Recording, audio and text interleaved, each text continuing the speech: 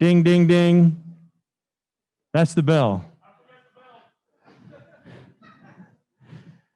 Welcome, everyone. How do you like the new digs here at the Cade Museum?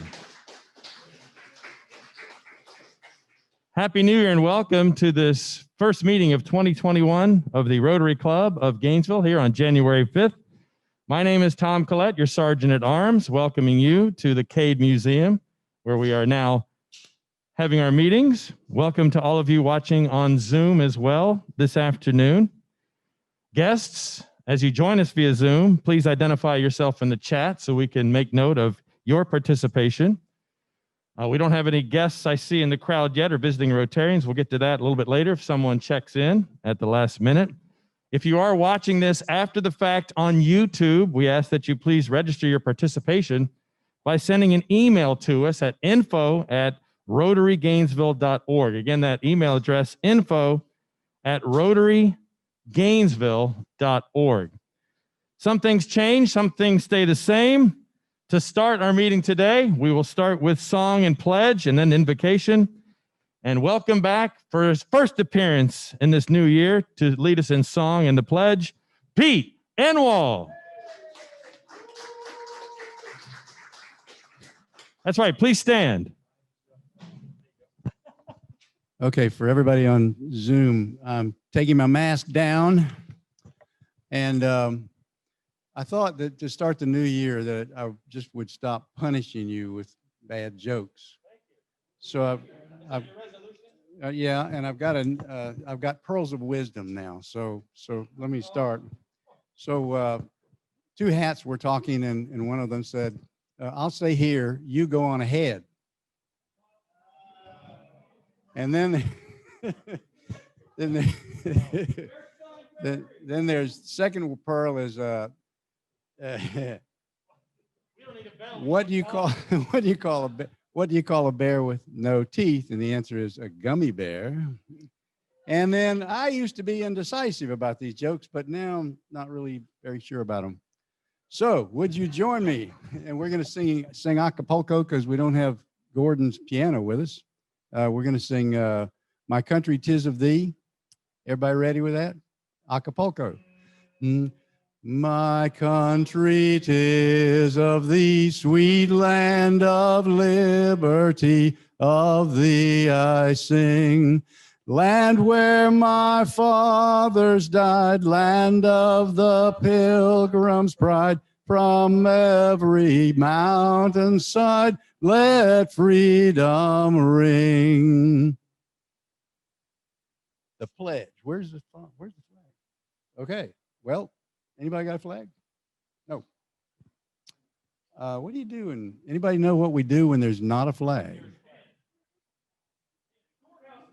Courthouse is that way. Okay. All right. I pledge allegiance to the flag of the United States of America and to the republic for which it stands, one nation, under God, indivisible, with liberty and justice for all.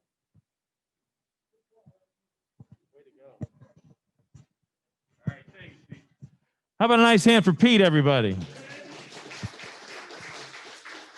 And remain standing now for our first invocation of the new year, offered this afternoon by Lori Vidal via Zoom. Lori, it's yours. Okay, can you hear me now? Am I there? Somebody give me a thumbs up. All good to go? Excellent. Okay. Just over the holidays, we have had a number of numerous needs that have arisen, and I'm sure there's probably many that have taken place. I want to share two with you that I've been asked to share. First of all, Dalton Birch's wife, Ann Gay, who I think many of you know well, is recovering from surgery. A special lady, if you would please remember Ann Gay in your prayers, that would be much appreciated. And also, I think Deborah just joined us, Deborah Newell. Her mother passed over the holidays. And so let's remember Deborah and the family. The loss of a parent, expected or unexpected, is always a significant thing. So let's do remember Deborah and Dalton and Ann Gay. Ann Gay is doing well. I talked to Dalton today, and she's doing well. But do remember them, and I'm sure any others, as you think about them, as I pray, you might pray for those other needs that you might be aware of. But let's pray together. It certainly is encouraging to be entering into a new year after stumbling our way through the impact of this pandemic. Encourage our spirits as we refocus on the important issues of life that we have struggled to maintain while staying safe. Issues of family, staying in touch with friends, and vocational adjustments we've had to make. Give us creativity, give us wisdom to know how to continue as well with Rotary and pursuing our calling as a Rotary Club in the midst of these details of the pandemic. We want to impact our community in positive ways while still somewhat restricted in our movement. We do pray specifically this new year for the effectiveness and distribution of the various options of vaccination that are now presenting themselves to all of us. And may we find encouragement for the days ahead from the words of the ancient prophet who challenged us with these familiar words. Even youths grow tired and weary, and young men stumble and fall. But those who hope in the Lord will renew their strength. They will soar on wings like eagles. They will run and not grow weary. They will walk and not be faint. Renew our spirits through hope in the possibilities of a bright future in 2021. I pray in your name. Amen. Thank you, Lori. You may be seated. And guess what? You get to hear Pete one more time before the day is done. It's our first meeting in the month of January here in 2021. So we recognize our fellow Rotarians who are celebrating birthdays in this first month of the year. If you are present here at the Cade, bring your dollar up to Matthew. He's over there collecting dollar bills. Jenny Van Hart is celebrating a birthday, actually celebrated it on January 3rd. Celebrating a birthday today, Bob Mounts, Tom McCallum, Scott Wenger, Cotton Fletcher celebrating a birthday this month. Happy birthday. Leonard Ireland, Marion Lee Shands, Rob Lash, Karen Polifko, Dwight McKee, Rennie Henderson, Craig Carter, bring your dollar on down, Craig. Steve Dalton, Michaela Gibbs, Clayton Coleman, Vam York, Cynthia Brochu, and Adam Lee. And once again, come on up to lead us in happy birthday, Pete Enwall. Come on up. Thank you, Craig. Robert Mounts needs to pay $5 when he gets to us because today is his birthday, not during January. Right there, right here, be fine. Okay, happy birthday. Everybody ready? Happy birthday to you. Happy birthday to you. Happy birthday, fellow Rotarians. Happy birthday to you. Thank you, Pete. And many more. We have two announcements before we get into our program today. First, Greg Young, come on up to the podium. There he is. He's always ready. How about a nice hand for Greg? Thanks, Tom.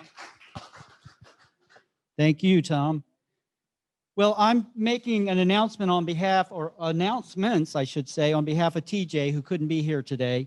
There are several opportunities for service activities that the club will be undertaking.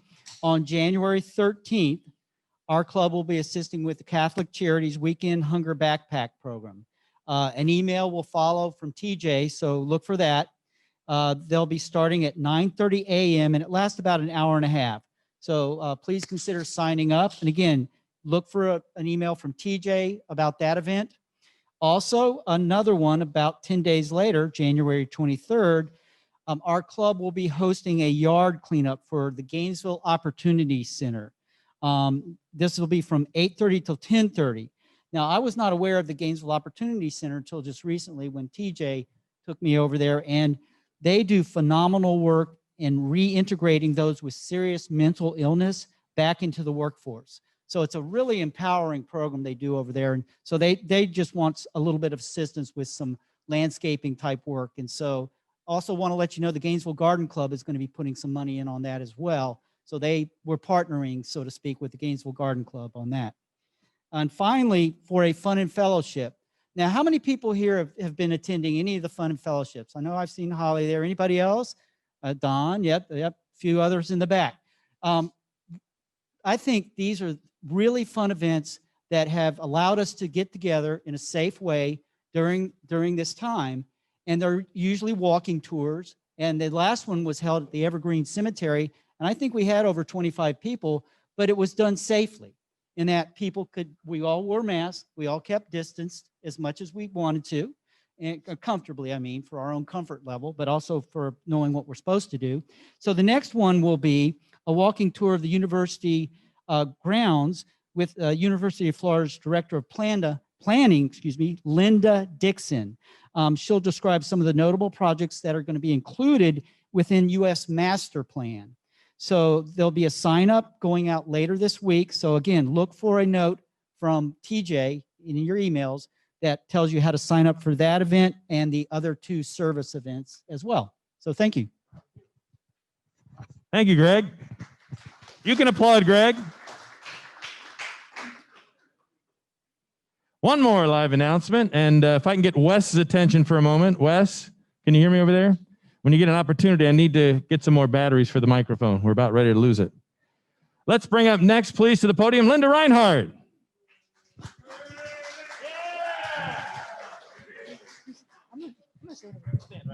I'm going to stand in front so I don't kill myself on the cords. I just want to give everybody an update on our recent fundraising campaigns. First of all, the Salvation Army bell ringers. Again, a big thank you to everybody that not only donated some time to go out and ring the bell, but also who donated to the cause. We did deliver the checks last week, and our final tally was $2,072.57. So thank you very much for doing that. We are finalizing our Bread of the Mighty drive this year, and we are on track to have the greatest donation that we've ever done for them. So we'll be finalizing that this week. We'll announce that total next week. So if anybody wants to get in a last minute donation, you're welcome to do so. And we'll do the drawing for the Embers gift certificate at the next meeting. Thank you, Linda.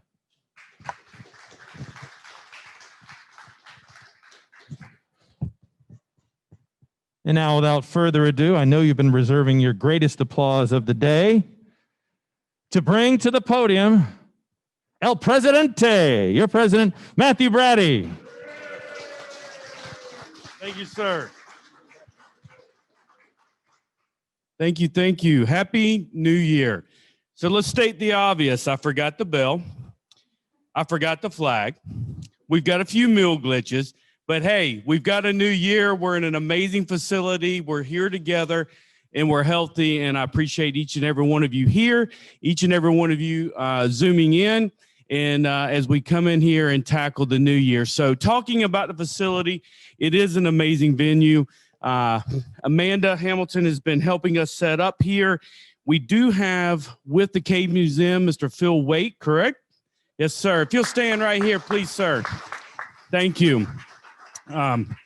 Coming off of the holidays, and I think we probably all can relate to this. I think Stephanie and also Jenna Ostis was going to try to join, but was not able to make it here for some meetings today. So we look forward to seeing some of them around here in the days ahead.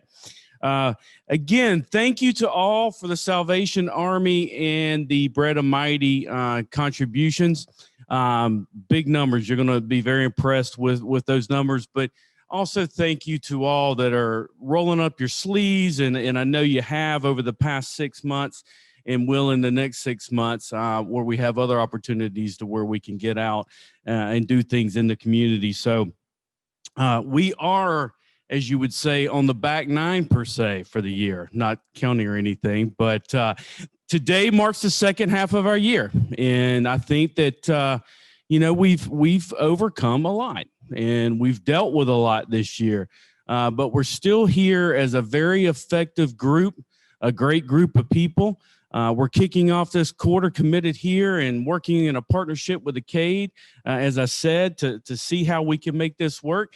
And we'll continue to evolve and tweak. And maybe we're blowing this space out at the seams here in short order and we're moving downstairs or something. We have opportunities and we talk about that each and every week, and we'll continue to look for those opportunities and do the very best we can. So thank you all for your adaptability and patience. And if there was a glitch with your order, if there was something about your inability to be able to order today or something, please make sure to make a special point. Give me a call, send me an email. We'll find a solution. We'll get it resolved and move forward because it is new, but please reach out to me and do everything possible to make that happen. So without further ado, at this time, I am going to, via Zoom, ask Miss Jenny Van Hart if she will introduce today's speaker. Happy New Year, everyone. So good to see everyone on Zoom and in person. Allison Fry is the past president of Perrysburg Rotary, a 115 member club, so similar size to ours, in Northwest Ohio, USA. A Rotarian since 2001, Allison has served in many club, district, and zone roles and currently serves as the Assistant Rotary Public Image Coordinator for Zone 30 and the District 6600 trainer. Professionally, she works as Vice President and Leader of Treasury Management at Signature Bank, a commercial bank in Toledo, Ohio. Her specialty is in government and non-profit organizations. Allison serves on the board of her local YMCA, Girls on the Run of Northwest Ohio, and the Bowling Green State University Alumni Board, which she will chair this year. Nice job, Allison.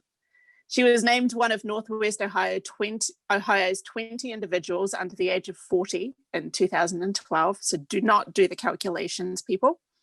Allison enjoys traveling with Rotary, trivia events, listening to music, exercising with friends, and creating new adventures with her two daughters, Abby and Kenzie.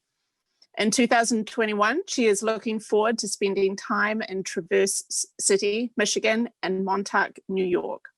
So without further ado, I introduce to you Allison Fry, our speaker for today.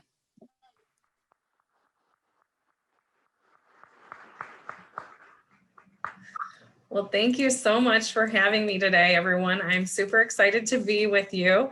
I have to admit, I'd be slightly more excited if I was joining you in Gainesville rather than Northwest Ohio. I'm in my office currently today. Thank you so much for inviting me to come and talk to you today. And again, thank you, Jenny, for your introduction. Kind of told you a little bit about what I do, but I will say, my favorite role ever in Rotary has been being my club president. So for all you club presidents out there, past presidents, you know a bit of what I mean. It is such a joy to represent your community in that way. So I do just about anything in Rotary that I'm asked to do, and I've really enjoyed my time. So my talk today is called Unwritten: Rotary's Public Image Story Today. And I'm going to talk a little bit to you first, though, about kind of my background and where I come at, how my perspective is on this. So as Jenny said, I'm from Perrysburg, Ohio. It's a small town. The population's around 21,000. I put the little pink star there to show you that's exactly where I live today. However, most people, when they're thinking of Ohio right now, are thinking of the football in the middle. I just got an email that a Rotary meeting I was supposed to attend on Monday has changed the time so that everyone can watch Ohio State play football. So we're definitely known for OSU football this time of year. But my town is actually a suburb of Toledo, Ohio, which is a larger, metropolitan city of about 500,000 people. But what I do think is funny, so I just had to share this with you, is that a few months ago, I was doing a presentation for something and I Googled a picture of small town, like I wanted a small town Main Street, and it literally popped up, this is my small town, this is my Main Street. So definitely we are small town USA. So a little bit about my Rotary Club. It's been fun hearing your announcements to see the way you're serving. And so I always like to start my talk with a little bit of sharing about my personal club. So I apologize, a couple of these pictures are looking a little bit grainy here as I projected, but hopefully you'll get the idea. So the picture in the upper left-hand corner, the little fist bump picture, that's me with Chet Welch. Chet, the cool thing about him is he is a third generation club president of Perrysburg Rotary, and we are not that old of a club. We are 43 years old, just a little bit older than I am. So yeah, Jenny, I did exceed 40 years at this point. And so Chet is actually third generation, his grandfather, his father, and then he was club president right before me. Like many clubs, we also raise money and give it away. So you'll see our big check there. And in the bottom left, you can see a picture of one of our Thanksgiving projects that we do. We always get several hundred fully, all the ingredients include Thanksgiving meals and give it away at a local food shelter. And then we do prepare meals for homeless individuals throughout the year too. And then the picture on the upper right-hand corner, it's me and some of my girlfriends at a Rotary event. But if you can kind of look in the back, you see a guy playing a guitar and somebody on the drums and a woman standing up by a microphone. That is, I think it's one of our claims to fame. I'm just going to claim this until somebody tells me differently. But I think that Perrysburg, Ohio, we are the first Rotary Club in the world with our very own rock band. So that is they call it themselves Plead the Fifth because the lead singer is a local judge. And we have them play at like our charter nights or our installations or our Christmas party. So it's kind of fun. We have our own Rotary rock band. Our club, again, also active in the community, writing letters to the troops, meeting at our YMCA to do strategic planning, dedicating tennis courts, having golf outings, working with our local high school, picking up trash. So if you want to find me, you'll find me at the Rotary Club most of the time. So how did I get into public image related to Rotary? Well, I literally walked into this role. The first kind of big event I remember planning was this water walk.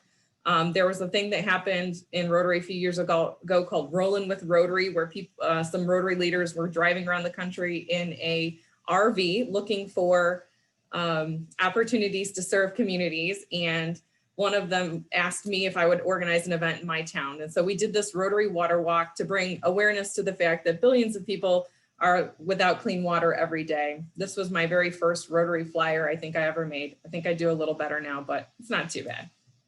And so that day we had a great community event with people walking with buckets, and you can see my little daughter was involved at that point, the RV down there. So we had a great day, and it was kind of my first, although it was a service project in some sort, to me it felt like a public image awareness, although I really wouldn't have put the words on that at this point. We were just thinking of a visible way to get the message of Rotary out.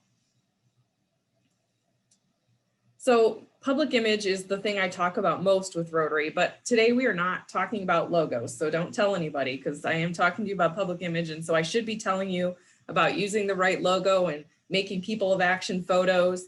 And if you want to hear some of my thoughts about that, I was recently on this I'm a Rotarian podcast. A Rotarian from the West Coast does this interview of Rotarians weekly. It's kind of cool. So if you're a podcaster, you might want to check that out.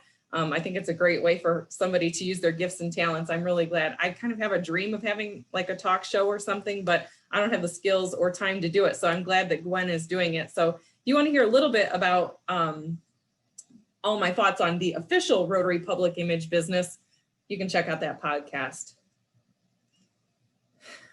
But today I'm going to take a little different approach because we are in a very different time, aren't we? It is not the same Rotary as it was a year ago at this time. This is my pandemic posse. These are the folks I've been spending time with. On the left, you see my two daughters, and this was a night, despite her face, I think she was more excited about this. We did a kids versus adults, blue versus red challenge, where everybody had to dress in their color and make foods that matched their colors. This was back in March when we were literally not allowed to go anywhere in Ohio. So we were trying to get creative every night with things to do. And then on the right, these are some of my colleagues at the bank. We're putting up our four fingers. For those of you sports fans, you know, kind of this is a football thing to put up your four fingers right before the fourth quarter to represent the most important minutes of the game. And my employees, we felt this all year long as we were serving businesses with PPP loans and considered essential. We worked from home and in our office for the full year, trying to help our local economies survive. So this is really the people that I spent the most time with during the pandemic. As I mentioned, in March, Ohio began a shelter in place. And I don't know exactly how Florida did things, but I know that all of us around that time, life kind of came to a halt. We were supposed to really be careful. And so we literally had businesses shut down. Nobody was working. Restaurants were closed. Everywhere you were basically If you were not essential, you were at home. At that time, my ex-husband and I made a decision that because he worked in healthcare, that he was not going to have my kids overnight at all until we got a little more awareness of what this virus meant with his job and with us. We wanted to keep them safe. And so as difficult as it was, they no longer had visitation with their dad. He would come over and see them in the driveway just for a few minutes before his shift, but no, he didn't spend the night, or they didn't spend the night with him or do anything. So it was a really challenging time for our family and for my kids especially. About a month in, on Easter Sunday, we both kind of gave up. It had been too long of them being away from their dad. And so I invited him over for Easter dinner, and we sat around my kitchen table. We shared a meal. We got takeout from a local Italian place, one of those places that gives you the bread and the fancy oil. And we all dipped our bread and shared the salad that day. 4 hours later, he went home, or I got a call from him. He had been home, and he told me he had a fever of 102. For the next couple of days, he felt maybe he had an ear infection. He went to work on Wednesday, and then within about an hour of being at work, could not walk from one side of the emergency room to the other. He had gotten the shortness of breath. They took a CT scan of his lungs, which ironically, he does take CT scans for a living. So the same people he was working with just minutes earlier were then examining him. And just by the look of his lungs, they knew that he had COVID. He was then transported to this hospital, ProMedica Bay Park, which in our area had turned into the place where they were keeping COVID patients. At that point, they moved all COVID patients to this particular hospital. He was hospitalized from April 15th to April 29th. I call this the longest days. I can't even explain to you, although now, because so many people have been sick, I probably can. Some of you probably can relate to this. You may have had sick family members, you may have been sick yourself, you may have lost somebody. But those days, as my girls and I were quarantined, no longer able to even see the few friends that we had been seeing during those times, and just waiting day by day to figure out if we were going to get the virus after, like I said, literally sharing bread with somebody who was definitely positive. It was a long haul for us. I remember days just thinking, I hate to run. I do it occasionally, but I would go out for a run just thinking if I had COVID, there's no way I could be running. And with him being so sick, all I could think of in my head was, what happens if my girls lose both of their parents? Your mind goes to the worst place. Thankfully, we had a good ending to our story. And this picture says it all. This was the day he was released to the hospital. You see, he's wearing the very clothes that he went to the hospital wearing, giving my girls a virtual hug. At that point, he still needed to be quarantined another week once he got home. But it was kind of during that time that, I have to be honest, Rotary really wasn't top of mind. Sure, friends from Rotary were checking in with me, but this whole idea of somebody had said, let's think about talking about the public image of Rotary and making sure our brand is okay, it just didn't matter. It just wasn't my priority.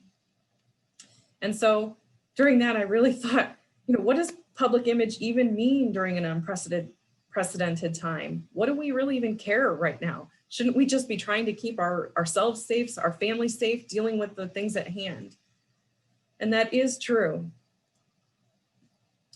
We talk a lot in Rotary about this three-legged stool, meaning that you need all three of these things for Rotary to grow and to be effective.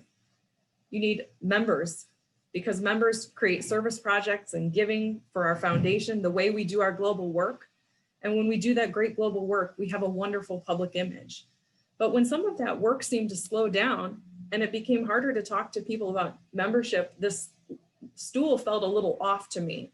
And so I was really trying to reconcile in my mind, what's the point? Do you really care if people are using the right wheel on the logo right now, Allison? Is this really the big deal when, millions of people are sick?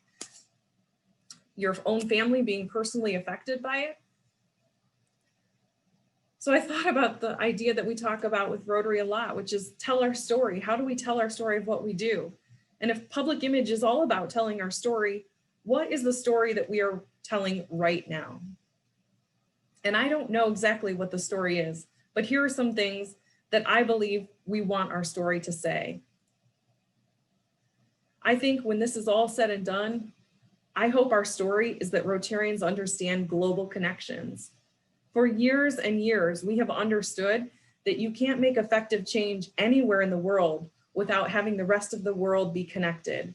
We know that to do great work with Rotary in Mongolia, we need to have people in the US who are working on projects together. We share our resources and our expertise to make a difference around the world.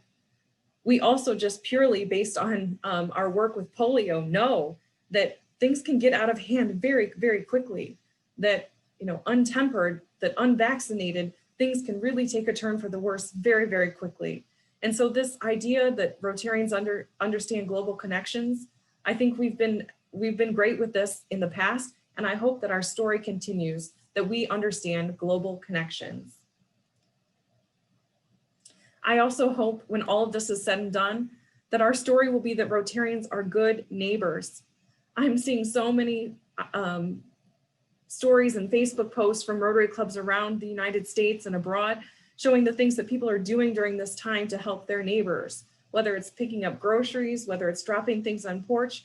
I know in my own personal neighborhood, we started this little, I don't know, secret drop off on people's porches where, you know, I might get a bouquet of flowers one day, or I might drop off some cookies at someone else's house another day. And during those March, April, May timeframes, man, those things, those little surprises really carried me through. I think we're also there for each other and our communities. And so right now, I know a lot of communities are struggling with job loss and economy, and Rotarians are right there making a difference, figuring out how they can help, because Rotarians are good neighbors. I also hope that the story that we are writing right now is that friendship is one of the greatest gifts Rotary offers. You know, I've been in Rotary a lot of years, and I will say those first few years, I didn't make a lot of friends. It wasn't that I was unfriendly, it's just I was about 40 years younger than most of my club members. And I felt uncomfortable getting to know everyone. I sat next to the same couple of people every week, and I wouldn't have said, oh, this is my Rotary family. But over time, I put more into it and I got more out of it. And so I will say, if you've been in Rotary a long time and you've got all your pals, that's awesome too. And if you're just getting started on the journey and you're just finding your connections, just keep at it, because the people around you, whether in person or on Zoom, they are usually the most amazing people I've ever met. I can go to a Rotary event anywhere around the world and I feel welcomed and I feel intrigued, and I respect the stories of my fellow Rotarians. During April, our district governor-elect lost his son, passed away. And I saw as Rotarians around our district drove, and there was no funeral, there was no visitation at that point where you could go and pay your respects. But we all got in our cars, hundreds of cars drove past his house, one by one got out and dropped flowers and signs and cards of encouragement on his front lawn. And I saw in that moment that friendship is one of the greatest gifts that Rotary offers. This next picture is one of my favorite Rotary pictures that I have of all time. And what I love about this picture is that in it, you see represented somebody who is in their 20s, in their 30s, in their 40s, in their 50s, and in their 60s. And I don't know a lot of other places in my life where I have this diversity of ages and backgrounds of friends other than Rotary. I mean, otherwise I'd be friends with, you know, the moms and dads of the kids my age and perhaps some neighbors in my neighborhood. But generally, you know, we're friends with people who are like us. We're in the similar stage as us. And Rotary has given me this gift of friends who are all different ages and backgrounds. This quote on the left was a Scottish quote from somebody. There was a few years ago, there was a survey done of Rotarians just as they were working through branding, asking what people thought about Rotary. And this quote came out of it. I think it's so true. My basic philosophy is to have fun whilst doing good things with like-minded people. That kind of basically wraps up why Rotarians get along so well. The other story I hope we are writing right now, and I hope that your club is writing right now, is that Rotarians aren't afraid of change. And clearly you're in a new venue, so you're making changes and you're doing a hybrid meeting, so you are not afraid of change. But right now, if Rotary isn't able to work quickly and respond quickly to changes and to what's going on, we're going to be considered obsolete. People won't need us in their life. And so at the club level, at the district level, all over the world, we have to make sure that we are embracing change and moving quickly. I was so encouraged to hear that Rotary International Strategic Plan includes content about making sure that we are able to move quickly and respond fast. So that's great news for us. I know a lot of things about Rotary are different right now. It's different for me. This last year has been so different. I haven't been able to travel or go to events or fundraisers, which was a lot of what I did. But I've found a new value in Rotary in doing these online meetings and being able to connect with people around the world in a way I wouldn't have before.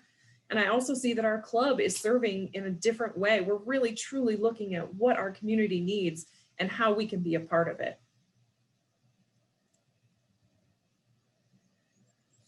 And then the story that I think I always hope Rotarians are writing, but especially right now, is that it isn't about us. We are partnering with more organizations right now than ever before. And that's because there are organizations equipped and responding to what we're doing so well that we know we just need to partner. We just need to step in. And the story is, it's not about us. We're not trying to get the credit. We're not trying to be the superstars here. We're just trying to make a difference. So I hope the world, that all of us see our story as that this is not about us. And then lastly, this was the part that kind of reconciled in my mind about what we should be doing right now as far as public image. You know, I had a boss tell me once that if you do the right thing, the right outcomes will happen. And I truly believe this right now. Right now is not the time to be worrying about the next big marketing campaign or the next, billboard or whatever we've thought of as public image in the past. Right now, we just need to get our hands dirty. We need to be on the front line. We need to be working and connected with our club members so we hear what's happening in our communities. We need to just be not afraid to serve where we can and not think that there's not ways that we can be helpful right now. Because I really believe that if we live the story right now, we just get in and do the work, that we can write it all down later. We can share this good work when this is all said and done. But right now, we just need Rotarians who are willing to make a difference and be impactful in your community. We are so lucky to be part of Rotary International. And obviously you are part of a great club, I can tell already. I go to a lot of different Rotary clubs and I can tell right just from seeing your chats, from hearing your announcements, that you have a lot going on, and it is impressive during a really difficult time. So as you kick off the beginning of your Rotary year, I would just encourage you to get involved, to make a difference with your club and your community, and don't be afraid to start living the story and take note of what is happening. And when you look back at this, at your book that you're authoring right now as a club, I hope you're proud to be part of Rotary, and I hope you're proud of the work you've done.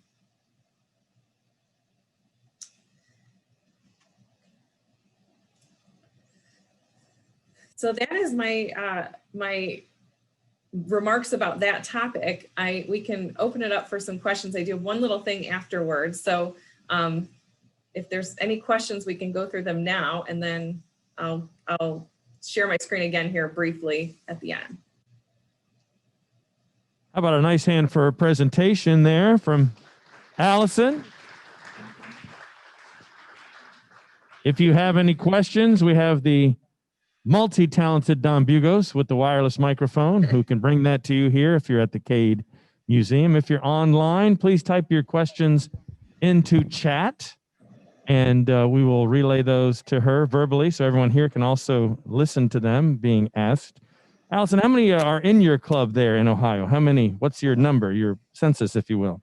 Yeah, we have 115 in my club, and we're probably one of the larger clubs in our district. You know, I think our average club size in our district, which is our collection of 63 clubs, is 35 people. But we do have Toledo, which is, I think, in the top 10 in the world club, and they have around 400 some. In what ways are you marketing the club? Traditional media, social media, what have been your avenues? Yeah, we market our club through social media some, but we have a local newspaper that we do a lot in. The other thing I will say we've had some good traction in is like the local groups. So, you know, we have like a Perrysburg, Ohio group. And so we'll put our events in there, and that has been really helpful. The other thing I think that is a missed opportunity a lot of the time is that if you have a club fundraiser, you know, typically our mode was like, let's just get people to the fundraiser, let's get them to raise the money for the event that we're doing, and that's it. And we've started more recently to make sure that at all of our fundraisers, we have some kind of brief slide presentation that talks about, one, how an attendee can come visit our meeting or join us for a meeting, and two, we showcase some project or something that we've done. So we're trying to make sure that at every given opportunity, we're always talking about membership, giving, service. Look, those things are kind of topics at any type of event. So even if it's a, you know, if it's a membership event, for instance, a networking event or a, you know, come check us out thing, we'll also talk about our service projects and our fundraisers. You know, we're making sure that we are not being so siloed about how we think about events. You showed one of your slides where you had someone in their 20s, 30s, 40s, 50s, 60s, and you can almost segment a lot of those individual groups into the social media that they participate in. We have a question next from Jenny Van Hart. Can you speak to TikTok and how a club can embrace TikTok? Where I bet if we had a show of hands here, people would say, what is TikTok? Anyone know what TikTok is in our crowd here? About a third to a half, maybe. So that's from Jenny Van Hart. How can you integrate TikTok into your club marketing? Yeah, I equate TikTok to like eating a bag of potato chips. Like you just keep watching bite-sized videos, and before you know it, it's been an hour has passed, and you know, sometimes you learn good things like, you know, how to paint cabinets, and sometimes you're learning ridiculous little dances. So yeah, I think TikTok would be a fantastic way for people to just show the lighthearted nature of Rotary. You know, I think I didn't feel that Rotary was super lighthearted when I first joined, but then I realized, you know, we laugh all the time. You know, we have a lot of fun. So I think TikTok would be super fun. I am personally, I haven't worked, I consume TikTok, but I don't make them. But I have seen some other Rotarians that have started. I think we're going to ask Matthew Brady to appoint Chad King and Jason Shank to be our TikTok representatives. What do you think? They've done it on stage for a whole year. Now they can take it to social media, right? Hey, I love it. But it's got to be G-rated. Let's see. I think we have another question. They're already picking on those two. From Scott Winsler, Allison, great presentation. Does Perrysburg ever partner with the Napoleon Ohio Club? We don't. I see that, and I also see your family or VGSU grads, which makes me pretty excited. We don't partner with Napoleon, although I do know several Rotarians out that way. That's a great club out there. But in the Toledo area, you're right, because we are, you know, from Perrysburg to Toledo is like crossing a bridge. So we're very connected. So a couple of years ago, we did an event called Rotary Kids, and they were all of our Toledo areas combined together, and we did four different topics where kids could just come and be a part of it. So we did one at our Toledo School for the Arts where it was like a music exploration. We did one at a park down by a river that was about clean water and had our local metro parks help. So those are some things we've done together. We also do usually join up for some polio day events and make sure that we're as a team there.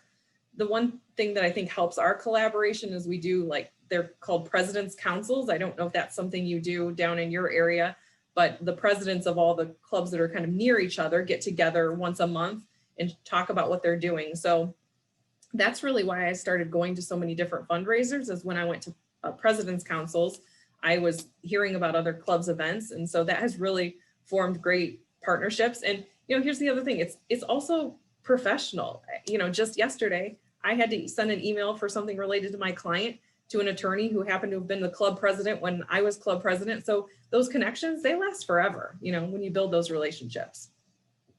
You talked during your presentation about writing your story, the Rotary story through this pandemic. Do you have anyone, a la maybe a historian with your club, that has been chronicling or journaling about what you've been going through as a club and as individuals through this pandemic? Yeah, we do have a club historian who keeps track of that, but you know, I've done some journaling too, more on I wouldn't say it's necessarily my club, but I would, you know, we were just talking yesterday. If you think back to how we handled the virus in March and April, it's so different than it is today. I mean, clearly what happened with me on Easter dinner, I still would be quarantined today for that time. But man, I think I had an employee in June go to a restaurant that had a waitress who had COVID that was published in the paper, and we kept her home from work for 2 weeks. I mean, we would never do that today, just given what we know about the virus and the time you need to be around it. So many things have changed. You know, it seemed like back then we were on almost on pause. Life was on pause, and now we've figured out how to kind of live within what we're dealing with. So I think it'd be a great idea to kind of keep track of what you've done, and clearly you're doing some things well because you have people in 2 locations today, which is awesome. If I missed it, pardon me, but are you, your meetings all virtual, or are you doing a hybrid as well like we are? We are mostly virtual at the larger clubs in Ohio at this point. You know, we're not, I think Florida's doing better than Ohio at this point as far as the count per capita, but some clubs are still meeting in person. But our problem is that many of our event facilities won't allow it. And so places where people were having meetings, like we were at a private polo club is where my club meets, and they're closed. We can't even meet there. So mostly virtual. Okay, I think I've just been told by Matthew that you have a short wrap up to wrap up your presentation today. So how about a nice hand for the Q&A session with Allison, and we'll let her wrap it up here. Yeah, thank you so much. So as Pete was sharing his dad jokes, I quickly ran and had to catch something. So one of my favorite things about being club president every week was I came up with, I call them Rotary Chasers, the good stuff that makes the bad stuff go down. And I shared them at the end of every meeting. So I went and grabbed a couple of Rotary Chasers for everybody, because I don't think you got enough bad dad jokes. Here we go. Pete's laughing, by the way. Okay, here's one of them. People who say they give 110% don't understand how percentages work. Why was Pavlov's hair so soft? Because he conditioned it. This is kind of a Florida one here. Did you know you can distinguish an alligator from a crocodile by paying attention to whether the animal sees you later or in a while?